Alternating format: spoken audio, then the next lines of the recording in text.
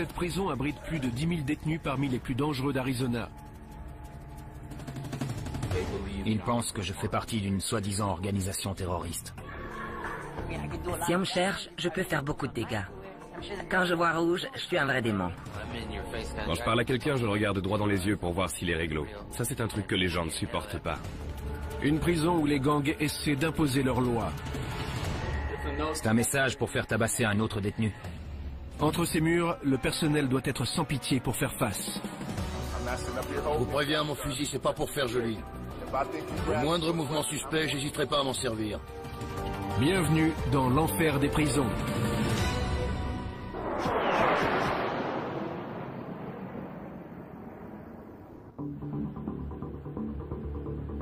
Au cœur de l'une des villes les plus prospères des États-Unis, la guerre contre le crime prend parfois une tournure dramatique et imprévisible.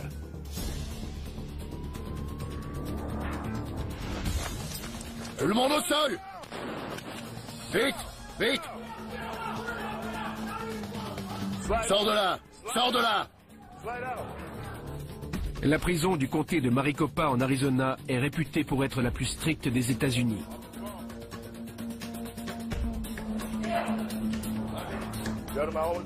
Messieurs, je le répéterai pas deux fois.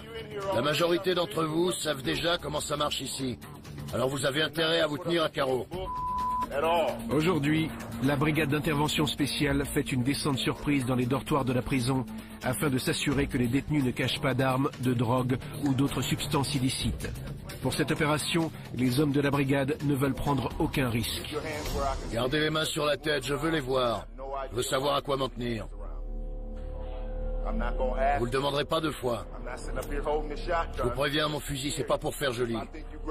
Au moindre mouvement suspect, j'hésiterai pas à m'en servir. J'hésiterai pas une seconde, je tire direct. Vous êtes prévenus, je vous le répéterai pas deux fois.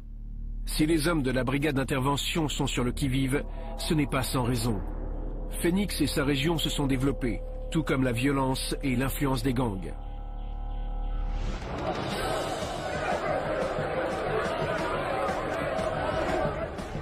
Une violence croissante qui se ressent jusqu'entre les murs de cette prison tentaculaire où sont détenus plus de 10 000 hommes et femmes. On est confronté à toutes les violences possibles et imaginables ici. Comme quoi? Ben, coups de couteau, bagarre. Il y a une tension raciale énorme. Menaces envers le personnel, entre détenus, violences sexuelles. Il y en a toujours qui se lèvent du pied gauche et qui cherchent des noises, qui cherchent la bagarre. On n'est jamais tranquille ici. Quand tu regardes quelqu'un de travers, tu sais jamais comment ça va finir. La nana peut très bien venir te faire la peau pendant que tu dors. Les filles ici, elles sont vraiment dingues.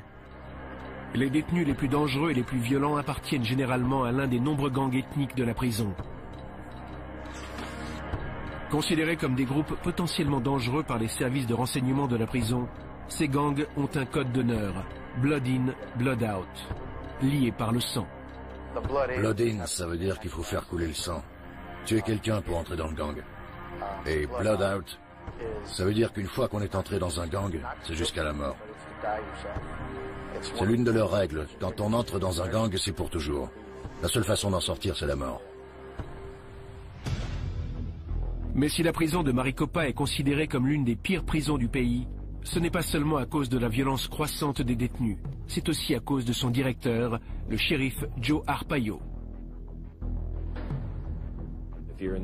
Dans ce comté, quand vous violez la loi, on ne vous envoie pas dans un hôtel de luxe. Vous vous retrouvez dans une prison où ça ne rigole pas. Alors vaut mieux vous tenir à carreau. Après son élection en 1992, Arpaio a décidé de faire de Maricopa un endroit que les criminels ne seraient pas prêts d'oublier et où ils ne voudraient surtout pas revenir. Personne ne veut parler de punition. Pourtant, on prive bien nos enfants de certains privilèges quand ils ne sont pas sages. On les punit. Alors je ne vois pas ce qu'il y a de mal à vouloir punir des criminels. Il faut les punir. Et c'est ce que je fais. Avec moi, ils perdent tout privilège. De nombreuses mesures punitives imposées par Arpaio appartiennent au passé. Les détenus doivent porter des tenues à rayures et le shérif a même remis au goût du jour les chaînes de forçat, aussi bien pour les hommes que pour les femmes. Je ne suis pas du tout sexiste. Avec moi, les femmes sont traitées à la même enseigne. Parmi les nombreuses mesures draconiennes appliquées par le shérif, la plus controversée est l'immense baraquement en plein air qu'il a fait installer et qu'il a baptisé Tent City, la ville de toile. J'ai vécu en tente quand j'étais à l'armée. Et je me suis dit, pourquoi ne pas récupérer les tentes de la guerre de Corée? On a trouvé un terrain fourni à titre gratuit par le comté, juste à côté de la décharge, de la fourrière et de la déchetterie, et on y a installé nos tentes. Et tant que ce sera moi le shérif, ces tentes resteront où elles sont, je laisserai personne y toucher. Une politique qui rend furieux certains détenus. Plus il fera des trucs débiles, plus on sera fort. Il peut nous priver de tout ce qu'il veut, ça nous rendra encore plus forts. On s'habitue à tout. Il nous aura pas. Le shérif sait que les détenus ne le portent pas dans leur cœur, et pourtant il n'hésite pas à se frotter à eux. J'ai 50 piges, je suis malade. C'est dur, je sais que je dois payer ma dette. Combien de fois t'as été en prison? Combien de fois j'ai été en prison? Et pas de bobard. J'ai pas l'intention de raconter de bobard, pourquoi je mentirais? Combien de fois j'ai été en prison? Une seule fois. Dans quelle prison? À Kansas City. T'es bien là-bas? Ouais, c'était vraiment bien. Eh bien, ici t'es pas à Kansas City. La prochaine fois tu commettras un crime ailleurs. Les détenus se plaignent du baraquement en plein air et pourtant, aussi ironique que cela puisse paraître, ils peuvent demander à réintégrer l'intérieur du bâtiment quand ils le veulent. Mais la plupart d'entre eux préfèrent rester dehors, sans compter que cela leur permet de bénéficier de jours de réduction de peine. Bonjour à tous. Bonjour. Je suis le capitaine Nelson, de la brigade d'intervention spéciale. On va assurer la fouille d'aujourd'hui avec vous. C'est nous qui allons assurer votre sécurité. Dans l'un des quartiers de la prison, la brigade d'intervention s'apprête à mettre en application une autre des mesures drastiques du shérif, la fouille surprise des cellules. C'est la première opération de ce genre pour ces jeunes stagiaires, et la brigade d'intervention spéciale est venue leur prêter main forte.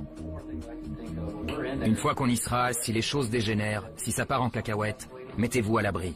Parce que je vous garantis que dans ces cas-là, on cherche pas à savoir. On y va à coups de taser ou de fusil. Une fois le briefing terminé, les stagiaires se préparent pour cette première fouille. Aujourd'hui, on fouille un quartier de moyenne sécurité. Chaque quartier est classé en fonction de son niveau de sécurité. En général, les détenus du quartier de haute sécurité sont les plus dangereux.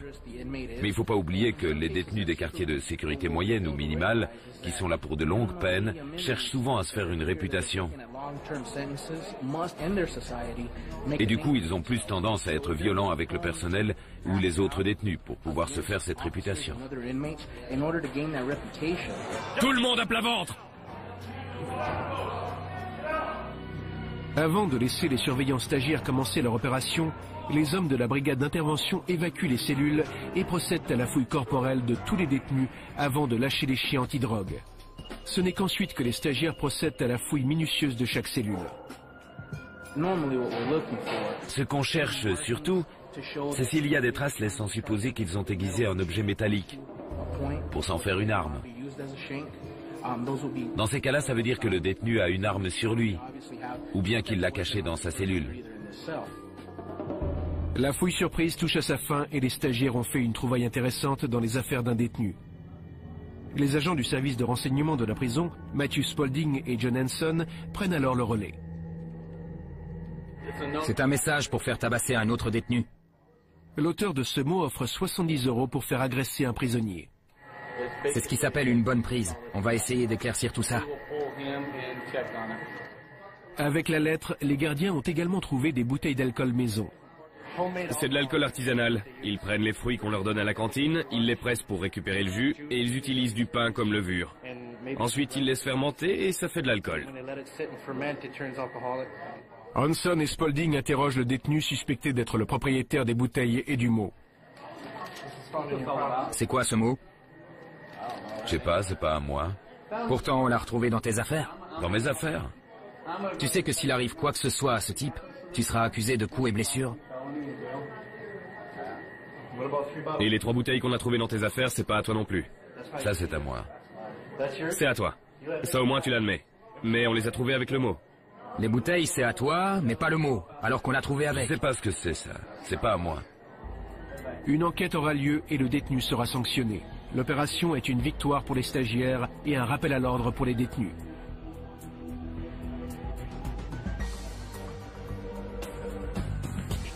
Certains membres des gangs pensent qu'ils peuvent faire la loi ici.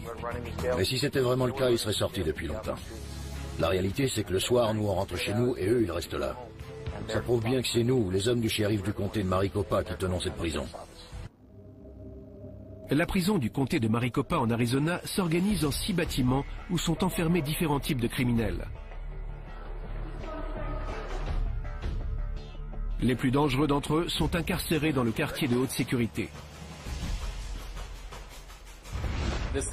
Cette zone abrite le quartier de haute sécurité. C'est là qu'on met les pires des détenus. On les met là parce qu'ils appartiennent à un gang à cause de leur comportement ou parce qu'ils ont des troubles psychologiques. Ces détenus, pas comme les autres, sont enfermés dans des cellules individuelles dont ils ne sortent que très rarement. Voici une cellule standard du quartier disciplinaire. Le sommier est en béton. Comme ça, c'est plus dur pour les détenus de cacher des trucs. Il y a juste un sommier en béton et un matelas. Ils ont une table, un lit, une douche. Ces individus sont tellement dangereux qu'on les sort même pas pour aller à la douche. C'est pour ça qu'ils en ont une dans leur cellule. Les rares fois où ces détenus sont autorisés à sortir de leur cellule, ils subissent obligatoirement une fouille corporelle. Les bras en l'air, ouvre la bouche. Passe le doigt sur tes gencives. Lève le paquet. Tourne-toi, baisse-toi, les mains sur les pieds. Chris Whitley a passé ses 2 dernières années en isolement. C'est parce qu'ils croient que je suis un terroriste. Ils pensent que je fais partie d'une soi-disant organisation terroriste. Chris est un néo-nazi qui attend d'être jugé pour enlèvement et assassinat. La fierté blanche, c'est pour dire que je suis fier de mes origines et de ce que je suis. Whitley est accusé d'avoir tabassé à mort un jeune homme de 20 ans avec une bande de skinheads après une rixe dans une salle de billard. Je suis accusé d'enlèvement et de meurtre avec préméditation alors que c'était un accident. Une simple bagarre qui a mal tourné à cause d'un mauvais coup. Pourtant, Whitley prétend ne pas être dangereux pour les autres détenus. Du moment que personne ne me cherche, je cherche pas la bagarre. Mais dans un endroit comme celui-ci, faut savoir se battre pour survivre. Et quand il y en a un qui veut me marcher sur les pieds, je me laisse pas faire.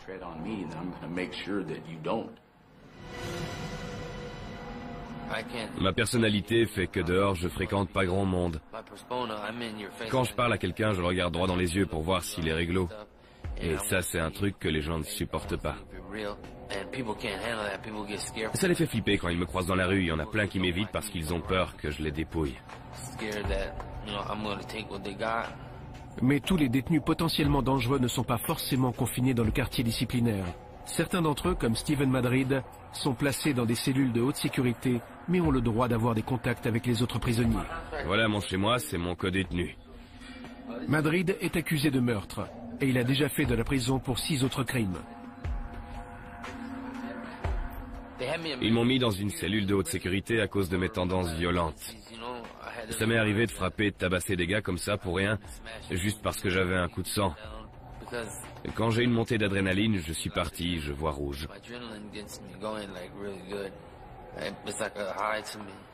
Madrid intimide les autres détenus grâce à ses tatouages. Ces cornes, c'est pour dire que je suis un démon.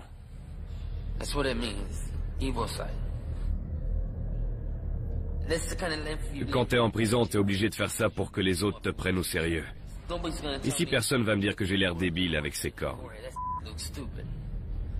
Ici, personne ne me dira ça. Dehors, dans la rue, les gens sont plutôt curieux, et quand ils me demandent ce que ça veut dire, je leur dis que je suis un ange déguisé en démon. Avec des détenus comme Madrid, la violence peut exploser à tout moment dans la prison. C'est pourquoi 840 caméras surveillent en permanence chaque centimètre carré du bâtiment. Ces caméras de télésurveillance ont filmé une bagarre générale entre les détenus du quartier de haute sécurité. Ces bagarres sont souvent d'ordre racial. Les hispaniques, les blancs ou les noirs se battent les uns contre les autres. Et on s'est aperçu que souvent, ces affrontements sont programmés. Le nombre croissant de gangs ne fait qu'aggraver les violences raciales dans la prison. Durant leur incarcération, les membres des gangs sont surveillés de très près. Ce sont des malins, même enfermés 23 heures par jour dans une cellule de 6 mètres sur 6, ils arrivent à continuer leurs affaires. Quand un chef de gang est incarcéré, ses hommes à l'extérieur restent sous son autorité et continuent de suivre ses ordres. Alors si on arrive à avoir connaissance des instructions qu'il donne depuis l'intérieur de la prison, ça nous fait déjà une longueur d'avance. Mais Gomez n'en dira pas plus sur la façon dont lui et ses collègues parviennent à court-circuiter la communication des chefs de gang avec l'extérieur. Je pourrais vous le dire, mais je veux pas. Les gangs trouvent sans cesse de nouveaux stratagèmes pour faire entrer de la drogue dans la prison. C'est pourquoi le service de renseignement a également pour mission de collecter des informations sur ces activités illégales. Pendant un moment, ils extrayaient la THC de l'herbe pour la mélanger avec d'autres ingrédients et en faire une sorte de bonbon dur qui ressemblait à ceux d'une marque bien connue. Et ce qui nous inquiétait, c'est qu'on vend justement des bonbons de cette marque à la cantine. Donc ils auraient facilement pu être confondus avec des trucs à la THC. C'est pour ça qu'il fallait vraiment qu'on puisse fouiller les cellules à fond et mettre la main dessus. Mais la drogue n'est pas le seul fléau de cette prison. Le fonctionnement des gangs étant basé sur la violence, leurs membres sont capables de fabriquer des armes avec tout et n'importe quoi.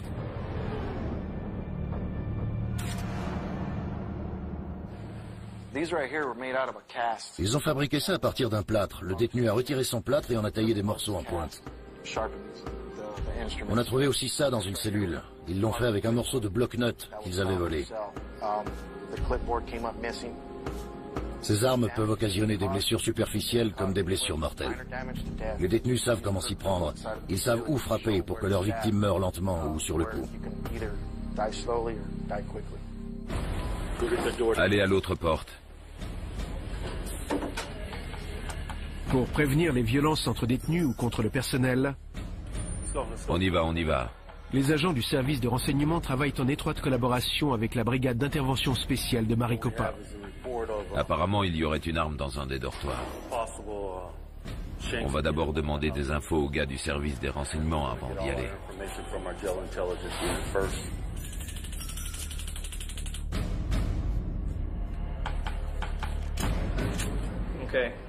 Bon, j'ai reçu un mail d'un des gars de l'équipe de nuit hier soir. Et apparemment, il y a un détenu qui a dit à un surveillant qu'il voulait absolument aller en isolement. A priori, ils ont fabriqué un couteau avec une brosse à dents pour le liquider parce qu'il a eu un différend avec un des chefs de gang, celui qui est là. Apparemment, lui, c'est le boss de l'étage supérieur et l'autre de celui d'en bas. Ah bon? Ils sont pas arrivés en même temps? Et les chefs de gang contrôlent certains étages ou certains quartiers de la prison. Brewer, tu t'occupes du caïd du dessus. Gonzo, tu vas avec lui. Les hommes de la brigade d'intervention se dirigent vers le quartier de haute sécurité où les armes sont supposées être cachées. Ce bloc abrite de nombreux membres de gang qui savent non seulement fabriquer des armes, mais aussi s'en débarrasser dans les toilettes au moindre mouvement suspect. Il faut donc absolument les prendre par surprise. D'après les informations fournies par le service de renseignement de la prison, des armes blanches seraient cachées dans un bloc infesté par les gangs. La brigade d'intervention va donc procéder à une descente surprise. Alignés dans le couloir qui mène au bloc, les hommes de la brigade attendent le meilleur moment pour intervenir. Il y a un détenu dehors, alors faites gaffe. Je l'ai à l'œil, au moindre mouvement je le shoot. Attention, l'autre cellule n'est pas ouverte. On s'arrête là. Dès que la voie est libre, le capitaine donne le feu vert à ses hommes. Attendez, attendez. On y va. À plat ventre, à plat ventre!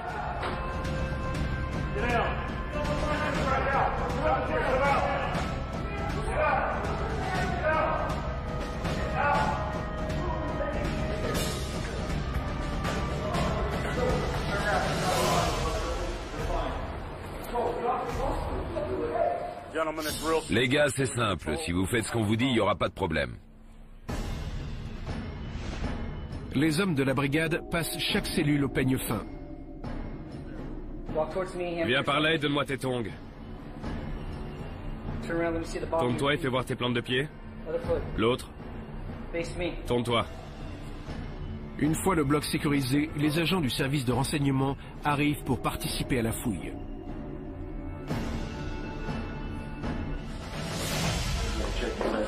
Faut vérifier le tube de dentifrice, dans le bouchon, pour être sûr qu'il n'y a rien dedans. On secoue un peu le tube et on vérifie qu'il n'y a rien à l'intérieur. Ils cachent des trucs dans les bouteilles de shampoing, dans les bouchons de dentifrice.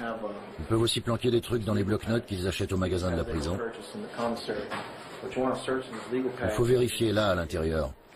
Parfois ils y cachent de la drogue, des lames qu'ils se fabriquent, des lames de rasoir ou d'autres types d'armes artisanales.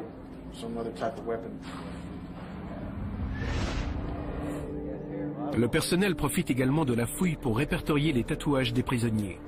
Bien que ces tatouages soient systématiquement photographiés lors de leur arrivée, ils s'en font souvent faire de nouveau en prison grâce à des dermographes artisanaux. T'es l'un des rares Mexicains qui flippe pas. Quoi? T'es l'un des seuls Mexicains qui flippe pas. J'ai 13 ans de tôle derrière moi, j'ai plus peur de rien. Ces tatouages permettent non seulement d'identifier les prisonniers, mais aussi de savoir s'ils appartiennent à un gang ou d'avoir des informations sur leur passé criminel. Et ce tatouage derrière la tête, ça veut dire quoi? La suprématie latino. Attends, je vais le prendre de près. Les skinheads l'adorent. C'est vrai? Je te raconte même pas. Après presque 2 heures de fouille, l'opération touche à sa fin. Aucune arme n'a été trouvée. Mais des descentes comme celle-ci dissuadent tout de même les détenus qui seraient tentés d'en fabriquer. Ça vaut toujours le coup de faire des fouilles comme celle-ci. Parce que le but, c'est surtout de montrer qu'au moindre problème, on est là pour assurer la sécurité des détenus et du personnel. Et je préfère qu'on n'ait pas trouvé d'armes. Une présence dissuasive nécessaire dans une prison où la guerre des gangs fait rage.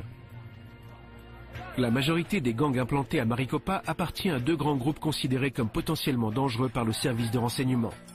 Le plus important d'entre eux est la mafia mexicaine. Ils doivent être des centaines, voire des milliers. Ils contrôlent tous les détenus latinos. En général, ils sont là pour violence avec préméditation. Ou alors intimidation de témoins, homicide, et j'en passe. C'est souvent pour ça qu'ils sont en prison. L'autre grande organisation criminelle implantée dans la prison est celle d'Aryan Brotherhood, fraternité aryenne qui est affiliée avec des gangs suprémacistes tels que les Nazi Lowriders ou les Skinheads. Comparés aux autres gangs, leurs membres sont moins nombreux mais tout aussi violents. En Arizona, on assiste à une recrudescence des skinheads, que ce soit dehors ou dans le système carcéral. Ils sont pour la suprématie de la race blanche et la pureté raciale. Ils peuvent être très dangereux. Quand un type ne leur revient pas, ils sont capables d'être vraiment très violents. D'après Sean Gaines, un détenu qui risque la peine de mort pour enlèvement et meurtre, la philosophie des skinheads se résume en 2 nombres, 14 et 88.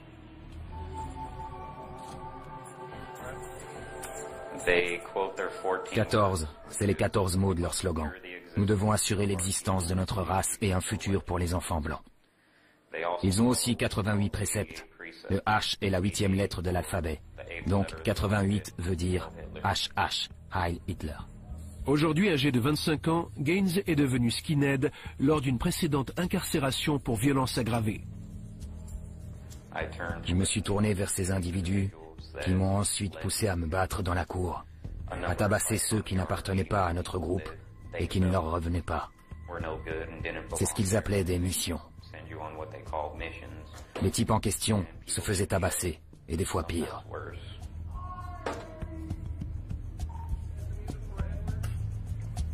C'est en accomplissant ces missions que Gaines a gagné ses tatouages, considérés par le gang comme des médailles d'honneur.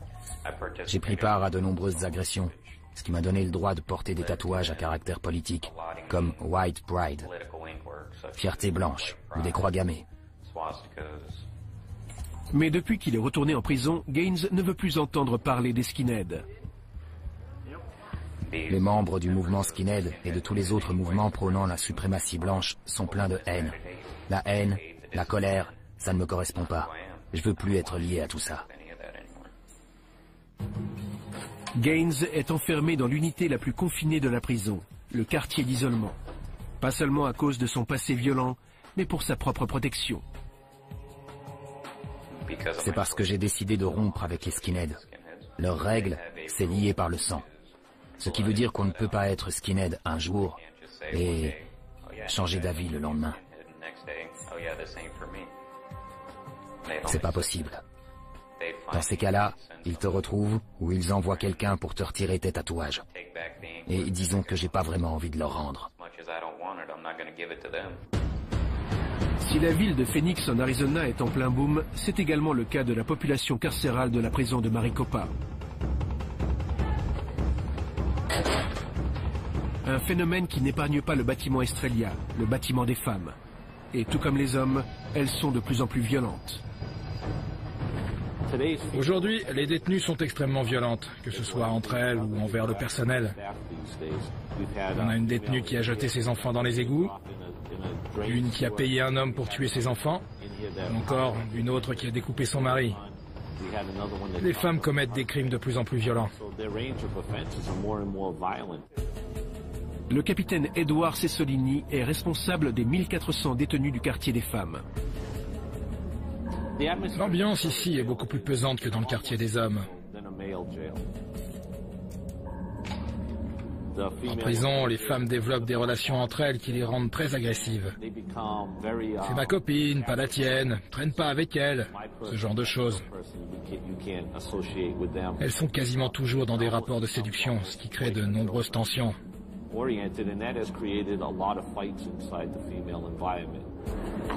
Je vous aime. Elle me tapait sur le système. Elle parlait derrière mon dos et je déteste ça. Si t'as quelque chose à me dire, tu me le dis en face. Vanessa Eck, 21 ans, une détenue accusée de trafic de drogue, a agressé une autre détenue du quartier disciplinaire.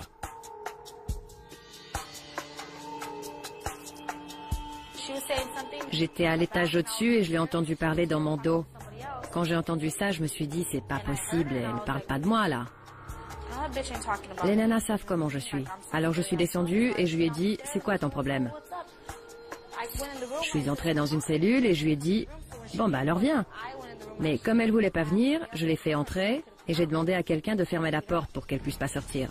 Et là, je lui ai fait sa fête. Après, ils m'ont mise au trou.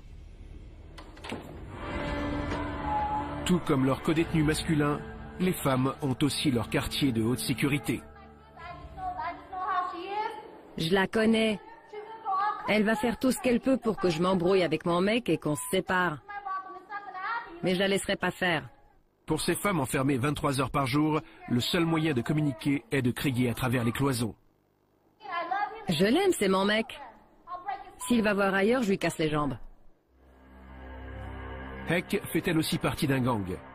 Un problème de plus en plus répandu au sein de la population carcérale féminine.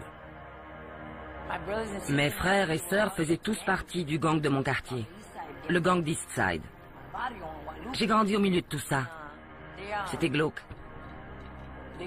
Leur seul but dans la vie, c'était de faire flipper tout le monde. Ils n'étaient pas là pour s'amuser.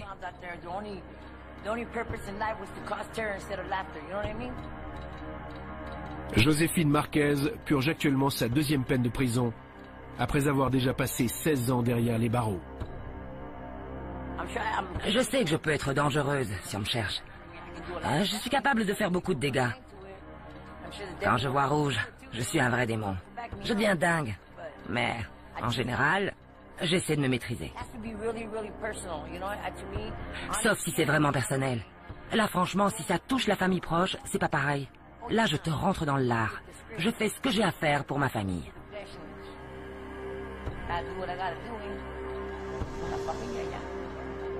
Il y a 5 ans, ce problème de gang n'existait pas chez les femmes. Mais il s'est récemment développé de façon dramatique. Certaines de nos détenues rejoignent Fraternité Arienne, d'autres la nouvelle mafia mexicaine, ou alors l'ancienne, ou encore le gang des Tribal Council. Et elles sont devenues très violentes entre elles.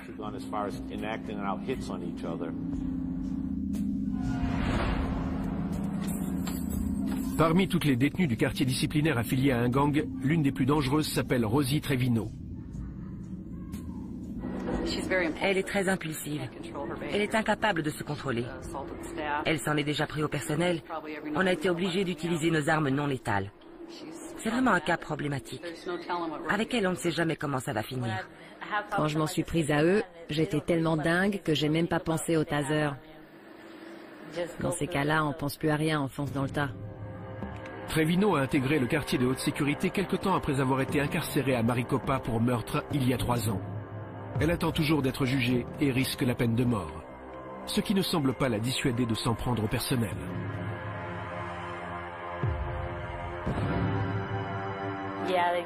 Ils m'ont jeté contre le mur. J'ai voulu me dégager, alors ils m'ont jeté par terre. Des fois aussi, je leur crache dessus. Une autre fois, j'ai pété les plombs. Ils m'avaient envoyé aux admissions et j'ai cassé les fenêtres avec ma ceinture. Alors ils sont arrivés, ils m'ont canardé. Ils m'ont tellement canardé avec le flashball que j'en avais des cicatrices sur les jambes. Et puis ils m'ont remis un coup de taser. Je pense que d'un point de vue personnel, c'est plus difficile de gérer les besoins des détenues féminines. Parce qu'on a tendance à être tout de suite plus sympathique avec elles. Viens, assieds-toi. Bien entendu, nous dissuadons fortement les gardiennes d'établir des rapports de sympathie avec elles. Elles peuvent ressentir de l'empathie, mais il ne faut en aucun cas qu'elles s'identifient à la détresse des détenues. Elles deviendraient trop proches d'elles. Il est rare qu'un membre du personnel développe une relation personnelle avec une détenue. Et pourtant, c'est précisément ce qui s'est passé pour Trevino. On parlait souvent ensemble. Elle savait très bien que j'étais lesbienne. Moi, je savais qu'elle l'était aussi. On parlait comme ça. Et c'est venu sans qu'on s'en rende compte. On a fini par se dire ce qu'on ressentait. Et moi, je lui ai dit direct, c'est pas possible, tu vas t'attirer des ennuis. Mais elle m'a dit, je peux pas aller contre mes sentiments. La surveillante a démissionné, mais n'a pas pour autant renoncé à sa relation avec Trevino.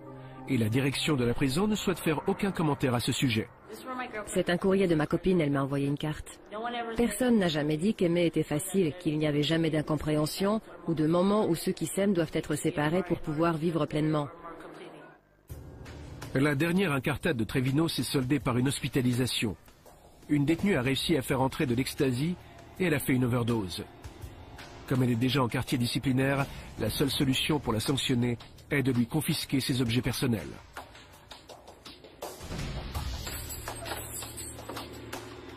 Mais la pire des punitions que la direction de la prison peut lui infliger, c'est de l'empêcher de voir son fils de 5 ans qu'elle n'a pas vu depuis des mois.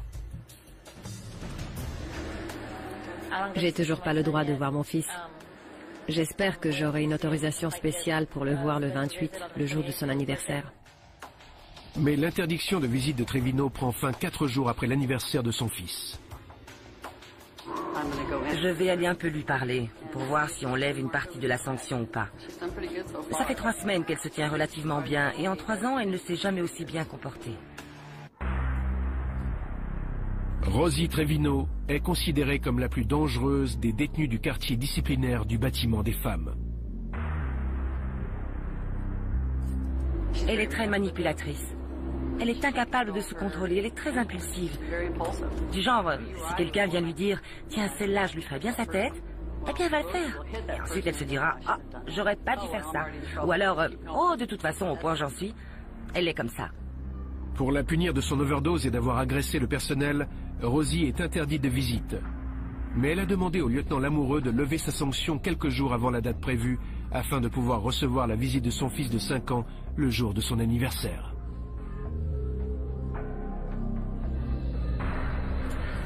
Alors, comment ça se passe? Bien, Ça va? bien. Tu te tiens bien depuis qu'on s'est vu la dernière fois? Ouais. Je pourrais voir mon fils? Non, je te dis 30 jours, c'est 30 jours.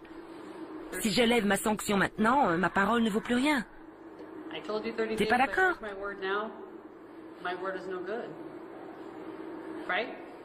Si. Tu as fait 2 overdoses.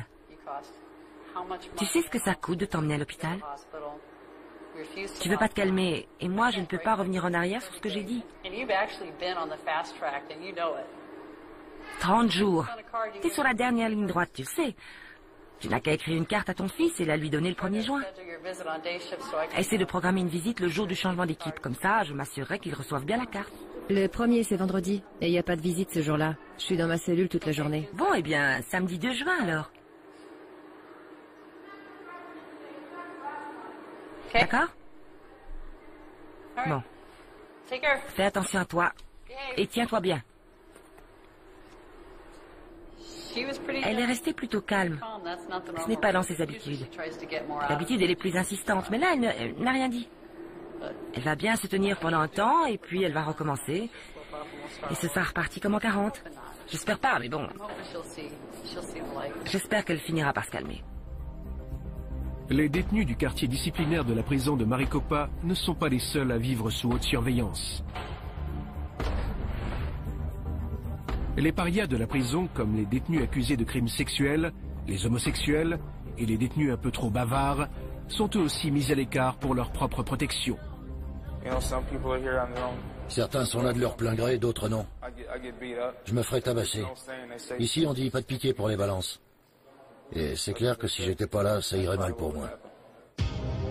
Dustin Raines est en isolement car il est ce qu'on appelle une balance. En donnant des noms à la police, il a bénéficié d'une requalification des charges retenues contre lui. Au lieu de prendre 4 ou 5 ans, j'ai pris que 6 mois. Les détenus du quartier d'isolement passent le plus clair de leur temps dans de minuscules cellules, qu'ils partagent avec 1 ou 2 codétenus. Mais pour la plupart d'entre eux, il vaut mieux ça que de se retrouver au milieu des autres prisonniers. Je me ferais tuer. Si j'étais avec les autres, je me ferais tuer. Je suis un criminel né. Je connais pas ces mecs et j'ai pas envie de les connaître, tu vois. Je vais pas arriver genre, salut les mecs, ces mecs-là, c'est pas mes potes, c'est pas mes copains, tu vois. J'ai même pas envie de les connaître. Comme la plupart des prisonniers du baraquement en plein air, John Prohl ne veut pas entendre parler des détenus du quartier d'isolement. Si un mec de là-bas vient ici, c'est clair qu'on lui fait sa fête et qu'il se fait jeter direct. C'est comme ça. Ils vont se faire voir. On veut pas d'eux ici. À partir du moment où ils sont en isolement, on cherche pas à savoir. Ils sont grillés. On veut même pas savoir ce qu'ils ont fait. Ils sont en isolement, c'est tout. Incarcéré pour violence aggravée après avoir tenté de poignarder un patron de discothèque, John Prohl a choisi de purger sa peine dans le baraquement en plein air. Et malgré ses 1,50 m, il se débrouille tout seul. Il y a plein de mecs balèzes. Donc c'est sûr que quand ils voient un petit comme moi, ils essaient de l'intimider. Ils sont tous là. On va te jeter par-dessus le grillage pour que tu t'échappes. Ou t'es aussi grand que mon fils. Ou ma petite nièce est plus grande que toi. Mais je le prends pas mal parce que je sais que je suis un homme. J'ai 28 piges, je marche et je parle comme un homme. Et puis de toute façon, la vie ici c'est comme ça. Faut faire avec. Au-dessus de la prison du comté de Maricopa, un panneau lumineux clignote en permanence pour indiquer qu'il reste de la place. Si le panneau tombe en panne, il est immédiatement réparé. Ce sont les ordres du shérif. J'ai fait installer ce panneau pour que tout le monde sache que chez moi, il y a toujours de la place. Même si on est en sureffectif. Je ne relâche personne plutôt parce que c'est surpeuplé. C'est pour ça que ma prison est pleine. Parce que c'est la place des criminels. Je suis pas là à me dire que la prison n'est peut-être pas une solution. Ils purgent leur peine et voilà, faut arrêter de se plaindre.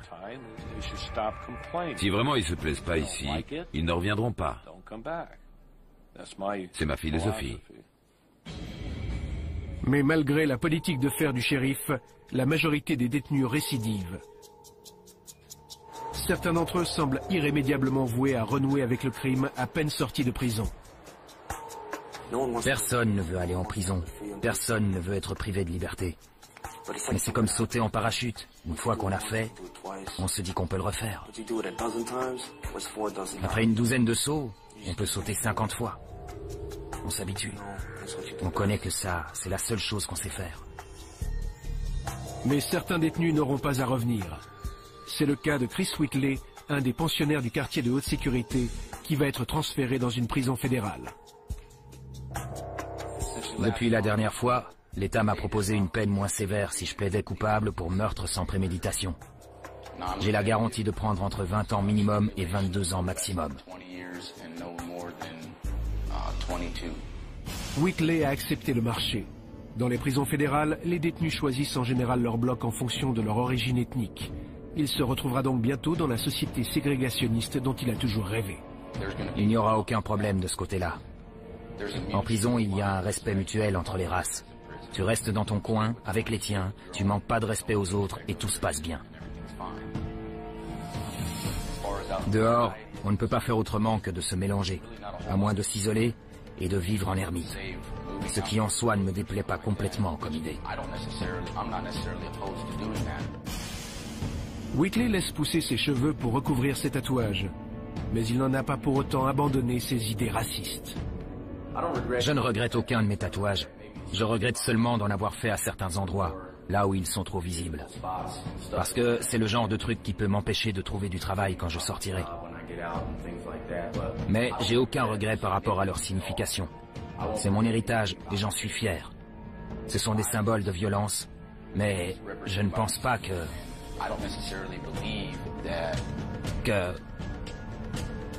la violence soit forcément une mauvaise chose. Mais le shérif Arpaio préfère que ceux qui prônent la violence aillent l'exprimer ailleurs que dans son comté. Je veux que tous les criminels sachent que s'ils viennent dans mon comté et qu'ils violent la loi, ils finissent en prison, point barre. Et une prison où ça ne rigole pas. Donc s'ils veulent violer la loi, mieux vaut qu'ils le fassent dans un autre comté. Faut surtout pas qu'ils viennent le faire dans le comté de Maricopa, Arizona.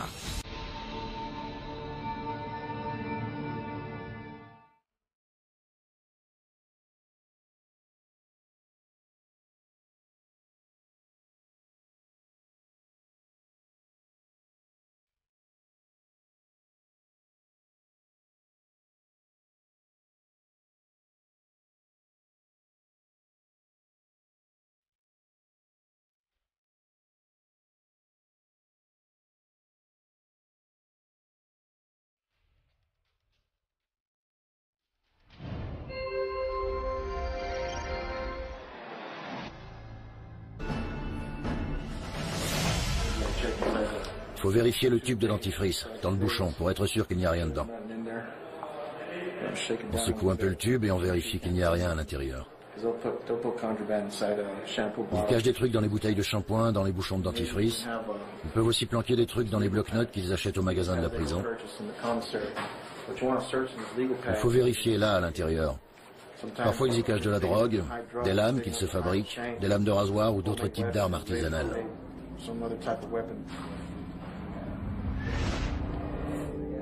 Le personnel profite également de la fouille pour répertorier les tatouages des prisonniers. Bien que ces tatouages soient systématiquement photographiés lors de leur arrivée, ils s'en font souvent faire de nouveau en prison grâce à des dermographes artisanaux. T'es l'un des rares Mexicains qui flippe pas. Quoi? T'es l'un des seuls Mexicains qui flippe pas. J'ai 13 ans de tôle derrière moi, j'ai plus peur de rien. Ces tatouages permettent non seulement d'identifier les prisonniers, mais aussi de savoir s'ils appartiennent à un gang ou d'avoir des informations sur leur passé criminel. Et ce tatouage derrière la tête, ça veut dire quoi? La suprématie latino. Attends, je vais le prendre de près. Les skinheads l'adorent. C'est vrai? Je te raconte même pas. Après presque 2 heures de fouille, l'opération touche à sa fin. Aucune arme n'a été trouvée. Mais des descentes comme celle-ci dissuadent tout de même les détenus qui seraient tentés d'en fabriquer. Ça vaut toujours le coup de faire des fouilles comme celle-ci. Parce que le but, c'est surtout de montrer qu'au moindre problème, on est là pour assurer la sécurité des détenus et du personnel. Et je préfère qu'on n'ait pas trouvé d'armes. Une présence dissuasive nécessaire dans une prison où la guerre des gangs fait rage.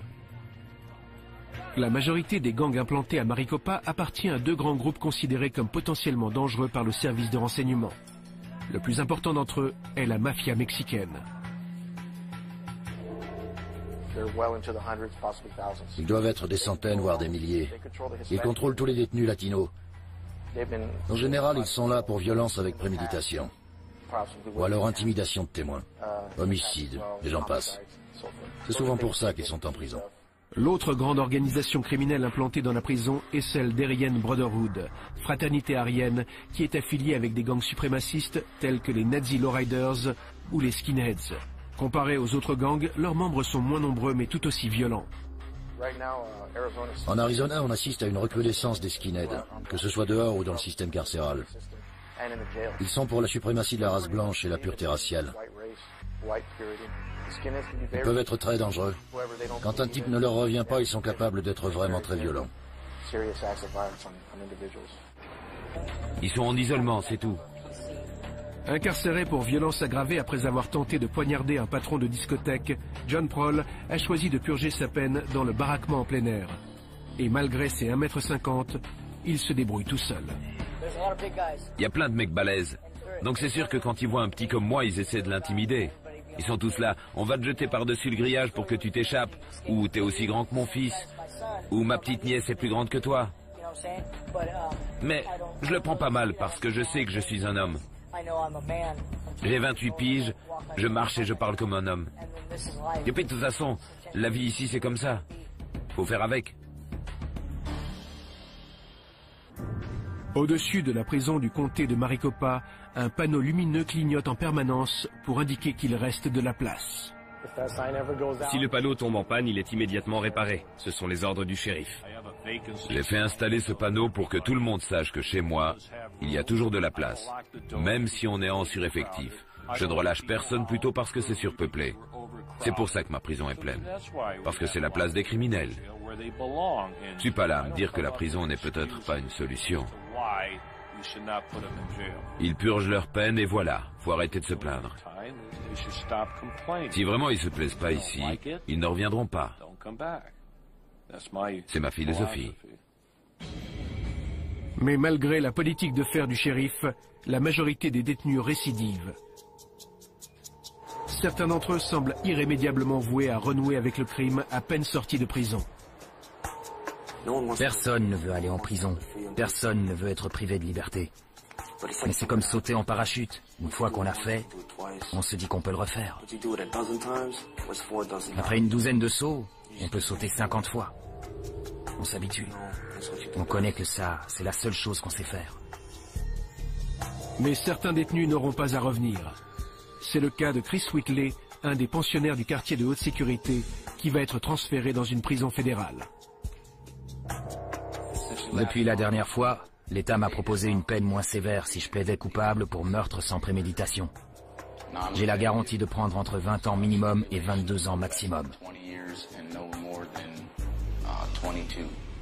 Whitley a accepté le marché. Dans les prisons fédérales, les détenus choisissent en général leur bloc en fonction de leur origine ethnique. Il se retrouvera donc bientôt dans la société ségrégationniste dont il a toujours rêvé.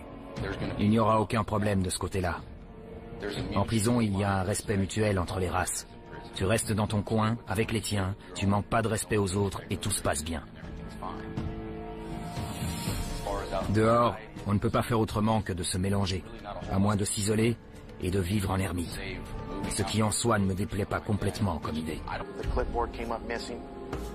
Ces armes peuvent occasionner des blessures superficielles comme des blessures mortelles. Les détenus savent comment s'y prendre. Ils savent où frapper pour que leur victime meure lentement ou sur le coup. Allez à l'autre porte. Pour prévenir les violences entre détenus ou contre le personnel, On y va, on y va. les agents du service de renseignement travaillent en étroite collaboration avec la brigade d'intervention spéciale de Maricopa. Apparemment, il y aurait une arme dans un des dortoirs. On va d'abord demander des infos aux gars du service des renseignements avant d'y aller.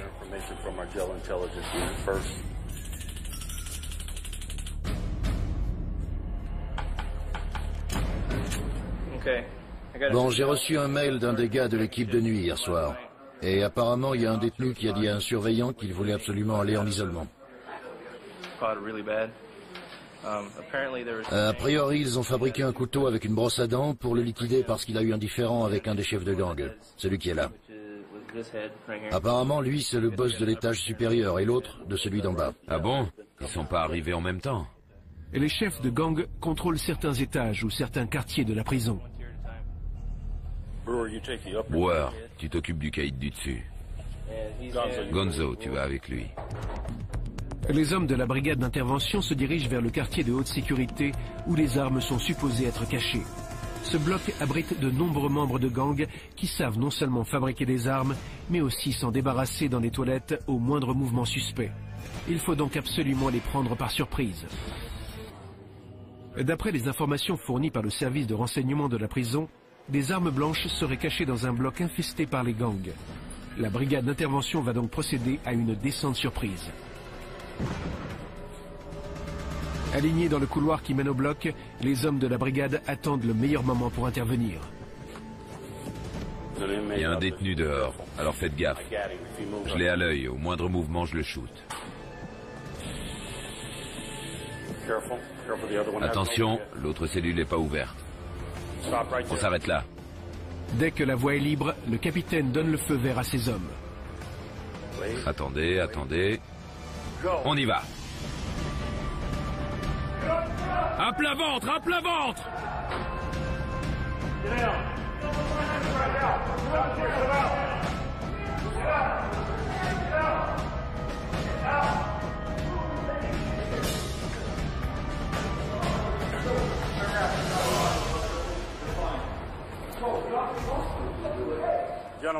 Les gars, c'est simple. Si vous faites ce qu'on vous dit, il n'y aura pas de problème. Les hommes de la brigade passent mis en 6 bâtiments où sont enfermés différents types de criminels. Les plus dangereux d'entre eux sont incarcérés dans le quartier de haute sécurité. Cette zone abrite le quartier de haute sécurité. C'est là qu'on met les pires des détenus. On les met là parce qu'ils appartiennent à un gang à cause de leur comportement ou parce qu'ils ont des troubles psychologiques. Ces détenus, pas comme les autres, sont enfermés dans des cellules individuelles dont ils ne sortent que très rarement. Voici une cellule standard du quartier disciplinaire. Le sommier est en béton. Comme ça, c'est plus dur pour les détenus de cacher des trucs. Il y a juste un sommier en béton et un matelas. Ils ont une table, un lit, une douche. Ces individus sont tellement dangereux qu'on les sort même pas pour aller à la douche. C'est pour ça qu'ils en ont une dans leur cellule. Les rares fois où ces détenus sont autorisés à sortir de leur cellule, ils subissent obligatoirement une fouille corporelle. Les bras en l'air, ouvre la bouche. Passe le doigt sur tes gencives. Lève le paquet. Tourne-toi, baisse-toi, les mains sur les pieds. Chris Whitley a passé ses 2 dernières années en isolement. C'est parce qu'ils croient que je suis un terroriste. Ils pensent que je fais partie d'une soi-disant organisation terroriste. Chris est un néo-nazi qui attend d'être jugé pour enlèvement et assassinat. La fierté blanche, c'est pour dire que je suis fier de mes origines et de ce que je suis. Whitley est accusé d'avoir tabassé à mort un jeune homme de 20 ans avec une bande de skinheads après une rixe dans une salle de billard. Je suis accusé d'enlèvement et de meurtre avec préméditation alors que c'était un accident. Une simple bagarre qui a mal tourné à cause d'un mauvais coup. Pourtant, Whitley prétend ne pas être dangereux pour les autres détenus. Du moment que personne ne me cherche, je cherche pas la bagarre. Mais dans un endroit comme celui-ci, faut savoir se battre pour survivre. Et quand il y en a un qui veut me marcher sur les pieds, je me laisse pas faire.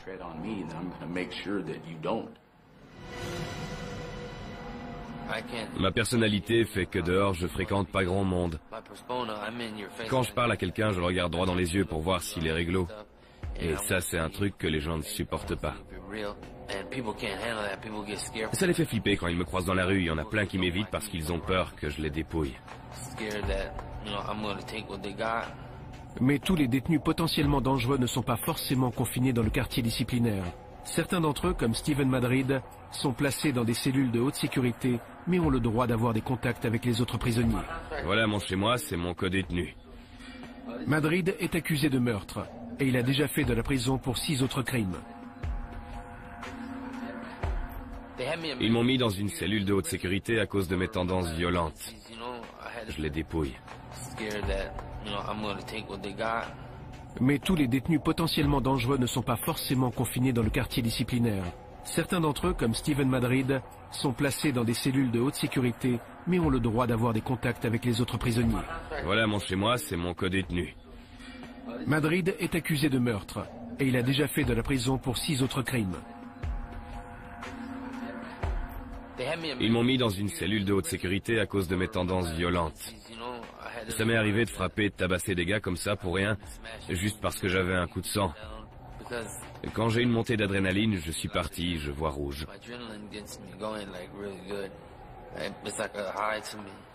Madrid intimide les autres détenus grâce à ses tatouages. Ces cornes, c'est pour dire que je suis un démon.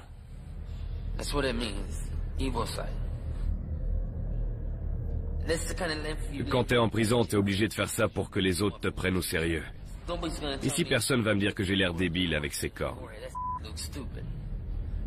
Ici, personne ne me dira ça. Dehors, dans la rue, les gens sont plutôt curieux, et quand ils me demandent ce que ça veut dire, je leur dis que je suis un ange déguisé en démon. Avec des détenus comme Madrid, la violence peut exploser à tout moment dans la prison. C'est pourquoi 840 caméras surveillent en permanence chaque centimètre carré du bâtiment. Ces caméras de télésurveillance ont filmé une bagarre générale entre les détenus du quartier de haute sécurité. Ces bagarres sont souvent d'ordre racial. Les hispaniques, les blancs ou les noirs se battent les uns contre les autres. Et on s'est aperçu que souvent, ces affrontements sont programmés. Le nombre croissant de gangs ne fait qu'aggraver les violences raciales dans la prison. Durant leur incarcération, les membres des gangs sont surveillés de très près. Ce sont des malins, même enfermés 23 heures par jour dans une cellule de 6 mètres sur 6, ils arrivent à continuer leurs affaires. Quand un chef de gang est incarcéré, ces hommes à l'extérieur restent sous son autorité et continuent de suivre ses ordres. Alors si on arrive à avoir connaissance des instructions qu'il donne depuis l'intérieur de la prison, ça nous fait déjà une longueur d'avance. Mais Gomez n'en dira pas plus sur la façon dont lui et ses collègues parviennent à court-circuiter la communication des chefs de gang avec l'extérieur. Je pourrais vous le dire, mais je veux pas. Les gangs trouvent sans cesse de nouveaux stratagèmes pour faire entrer de la drogue dans la prison. C'est pourquoi le service de renseignement a également pour mission de collecter des informations sur ces activités illégales. Pendant un moment, ils extrayaient la THC de l'herbe pour la mélanger avec d'autres ingrédients et en faire une sorte de bonbon dur qui ressemblait à ceux d'une marque bien connue. Je dis que je suis un ange déguisé en démon. Avec des détenus comme Madrid, la violence peut exploser à tout moment dans la prison. C'est pourquoi 840 caméras surveillent en permanence chaque centimètre carré du bâtiment. Ces caméras de télésurveillance ont filmé une bagarre générale entre les détenus du quartier de haute sécurité. Ces bagarres sont souvent d'ordre racial. Les hispaniques, les blancs ou les noirs se battent les uns contre les autres. Et on s'est aperçu que souvent, ces affrontements sont programmés. Le nombre croissant de gangs ne fait qu'aggraver les violences raciales dans la prison. Durant leur incarcération, les membres des gangs sont surveillés de très près. Ce sont des malins, même enfermés 23 heures par jour dans une cellule de 6 mètres sur 6, ils arrivent à continuer leurs affaires. Quand un chef de gang est incarcéré, ces hommes à l'extérieur restent sous son autorité et continuent de suivre ses ordres. Alors si on arrive à avoir connaissance des instructions qu'il donne depuis l'intérieur de la prison, ça nous fait déjà une longueur d'avance. Mais Gomez n'en dira pas plus sur la façon dont lui et ses collègues parviennent à court-circuiter la communication des chefs de gang avec l'extérieur. Je pourrais vous le dire, mais je veux pas. Les gangs trouvent sans cesse de nouveaux stratagèmes pour faire entrer de la drogue dans la prison. C'est pourquoi le service de renseignement a également pour mission de collecter des informations sur ces activités illégales. Pendant un moment, ils extrayaient la THC de l'herbe pour la mélanger avec d'autres ingrédients et en faire une sorte de bonbon dur qui ressemblait à ceux d'une marque bien connue. Et ce qui nous inquiétait, c'est qu'on vend justement des bonbons de cette marque à la cantine. Donc ils auraient facilement pu être confondus avec des trucs à la THC. C'est pour ça qu'il fallait vraiment qu'on puisse fouiller les cellules à fond et mettre la main dessus. Mais la drogue n'est pas le seul fléau de cette prison. Le fonctionnement des gangs étant basé sur la violence, leurs membres sont capables de fabriquer des armes avec tout et n'importe quoi.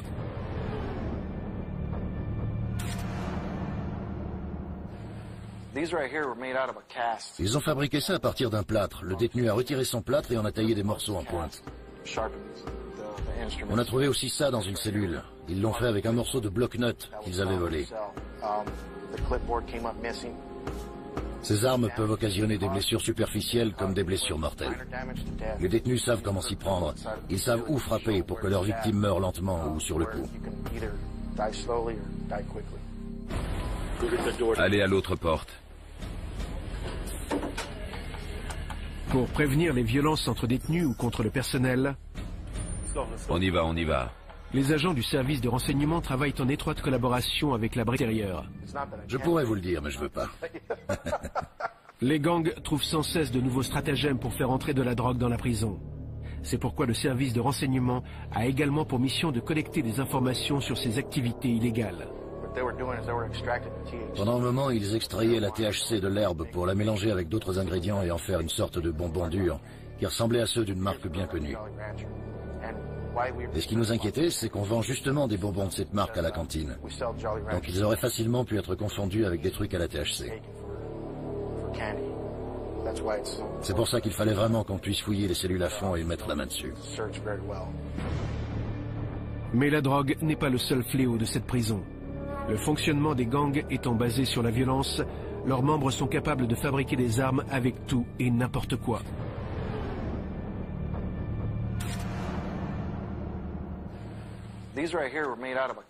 Ils ont fabriqué ça à partir d'un plâtre. Le détenu a retiré son plâtre et en a taillé des morceaux en pointe. On a trouvé aussi ça dans une cellule. Ils l'ont fait avec un morceau de bloc-notes qu'ils avaient volé. Ces armes peuvent occasionner des blessures superficielles comme des blessures mortelles. Les détenus savent comment s'y prendre. Ils savent où frapper pour que leur victime meure lentement ou sur le coup.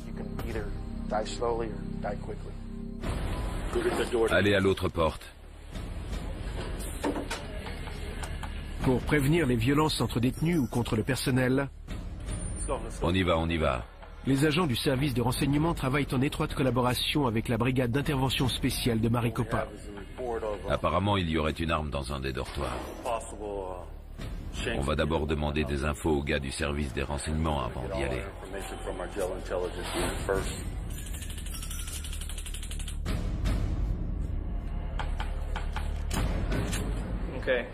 Bon, j'ai reçu un mail d'un des gars de l'équipe de nuit hier soir.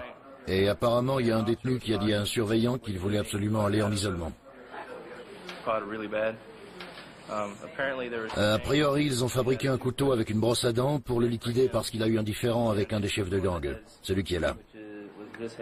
Apparemment, lui, c'est le boss de l'étage supérieur et l'autre de celui d'en bas. Ah bon? Ils sont pas arrivés en même temps? Et les chefs de gang contrôlent certains étages ou certains quartiers de la prison.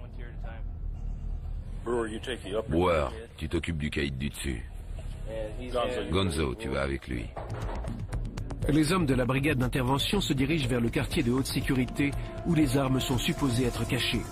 Ce bloc abrite de nombreux membres de gangs qui savent non seulement fabriquer des armes, mais aussi s'en débarrasser dans les toilettes au moindre mouvement suspect. Il faut donc absolument les prendre par surprise. D'après les informations fournies par le service de renseignement de la prison, des armes blanches... En prison, les femmes développent des relations entre elles qui les rendent très agressives. C'est ma copine, pas la tienne, traîne pas avec elle, ce genre de choses. Elles sont quasiment toujours dans des rapports de séduction, ce qui crée de nombreuses tensions. Je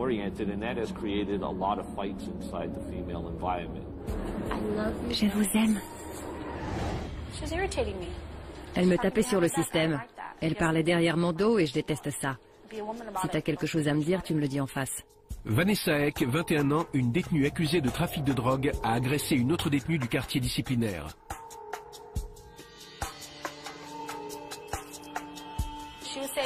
J'étais à l'étage au-dessus et je l'ai entendu parler dans mon dos. Quand j'ai entendu ça, je me suis dit, c'est pas possible, elle parle pas de moi là. Les nanas savent comment je suis. Alors je suis descendue et je lui ai dit, c'est quoi ton problème?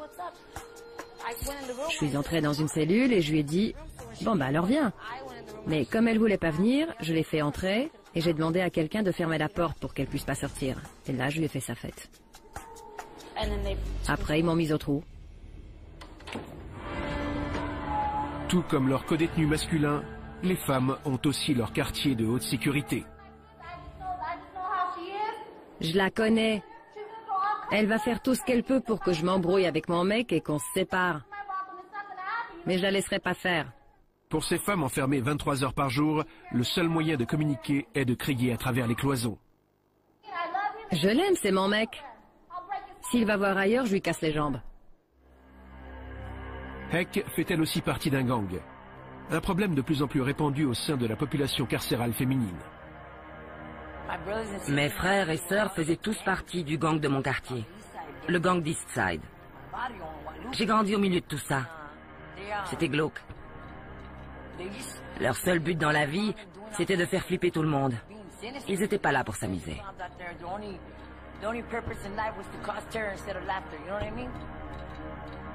Joséphine Marquez purge actuellement sa 2e peine de prison, après avoir déjà passé 16 ans derrière les barreaux. Je sais que je peux être dangereuse si on me cherche. Je suis capable de faire beaucoup de dégâts. Quand je vois rouge, je suis un vrai démon. Je deviens dingue. Mais, en général, j'essaie de me maîtriser. Sauf si c'est vraiment personnel. Là, franchement, si ça touche la famille proche, c'est pas pareil. Là, je te rentre dans le lard. Je fais ce que j'ai à faire pour ma famille.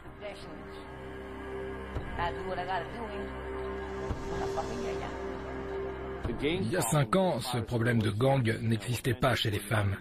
Mais il s'est récemment développé de façon dramatique. Certaines de nos détenues rejoignent Fraternité Aryenne, d'autres... Fusil, c'est pas pour faire joli. Au moindre mouvement suspect, j'hésiterai pas à m'en servir. Bienvenue dans l'enfer des prisons.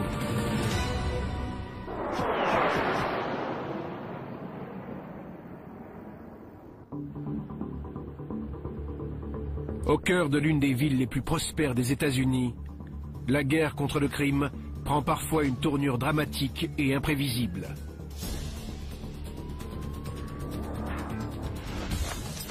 Tout le monde au sol! Vite! Vite! Sors de là! Sors de là! La prison du comté de Maricopa en Arizona est réputée pour être la plus stricte des États-Unis.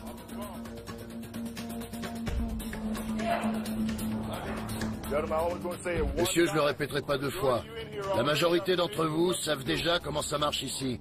Alors vous avez intérêt à vous tenir à carreau. Aujourd'hui, la brigade d'intervention spéciale fait une descente surprise dans les dortoirs de la prison afin de s'assurer que les détenus ne cachent pas d'armes, de drogue ou d'autres substances illicites. Pour cette opération, les hommes de la brigade ne veulent prendre aucun risque. Gardez les mains sur la tête, je veux les voir. Je veux savoir à quoi m'en tenir. Vous le demanderez pas 2 fois. Je vous préviens, mon fusil, c'est pas pour faire joli.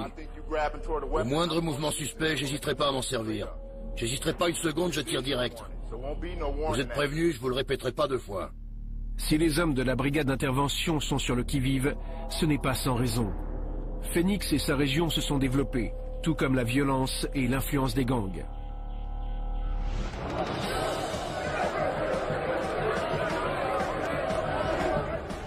Une violence croissante qui se ressent jusqu'entre les murs de cette prison tentaculaire où sont détenus plus de 10 000 hommes et femmes. On est confronté à toutes les violences possibles et imaginables ici. Comme quoi? Ben, coups de couteau, bagarre. Il y a une tension raciale énorme. Menaces envers le personnel, entre détenus, violences sexuelles.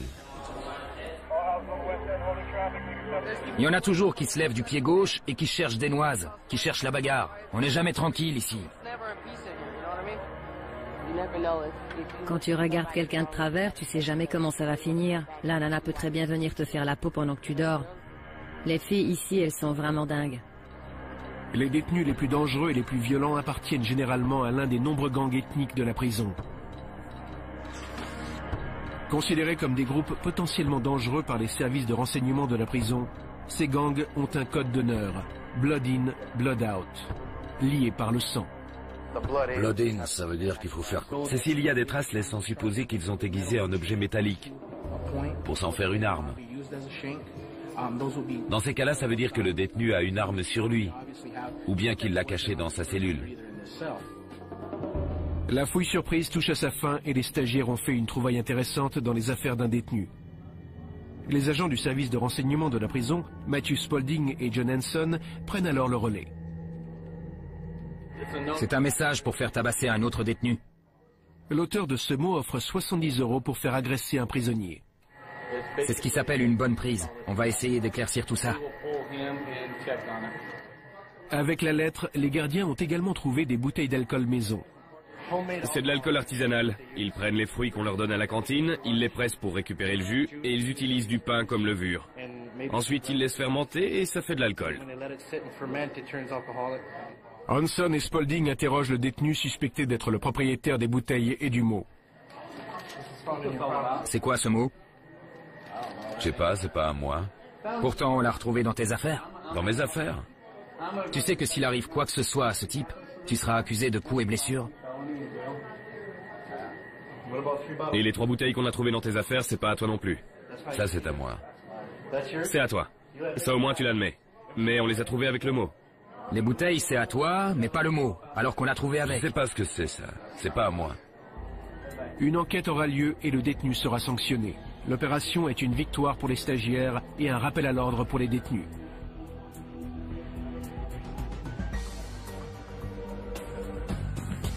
Certains membres des gangs pensent qu'ils peuvent faire la loi ici. Mais si c'était vraiment le cas, ils seraient sortis depuis longtemps. La réalité, c'est que le soir, nous, on rentre chez nous et eux, ils restent là.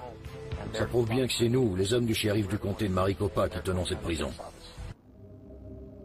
La prison du comté de Maricopa en Arizona s'organise en 6 bâtiments où sont enfermés différents types de criminels. Les plus dangereux d'entre eux sont incarcérés dans le quartier de haute sécurité. Cette zone abrite le quartier de haute sécurité. C'est là qu'on met les pires des détenus. On les met là parce qu'ils appartiennent à un gang à cause de leur comportement ou parce qu'ils ont des troubles psychologiques. Ces détenus, pas comme les autres, sont enfermés dans des cellules individuelles dont ils ne sortent que très rarement. Voici une cellule standard du quartier disciplinaire. Le sommier est en béton. Comme ça, c'est plus dur pour les détenus de cacher des trucs. Il y a juste un sommier en béton et un matelas. Ils ont une table, un lit, une douche. Ces individus sont tellement dangereux qu'on les sort même pas pour aller à la douche. C'est pour ça qu'ils en ont une dans leur cellule. Les rares fois où ces détenus sont autorisés à sortir de leur cellule